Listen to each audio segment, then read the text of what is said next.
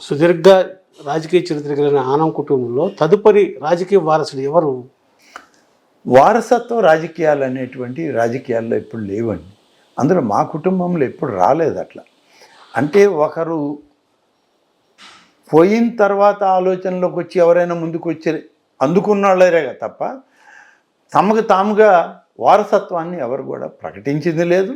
అట్లా ఇచ్చే పరిస్థితి కూడా రాజకీయాలు ఆనాడు లేవు, ఈనాడు లేవు. ఇవాళ అసలు రాజకీయ వారసత్వం ఎక్కడొస్తుంది? రాదు. ఇవాళ చాలా మార్పులు వచ్చింది, సమాజంలో మార్పు వచ్చింది, రాజకీయ వాతావరణమే మారిపోయింది.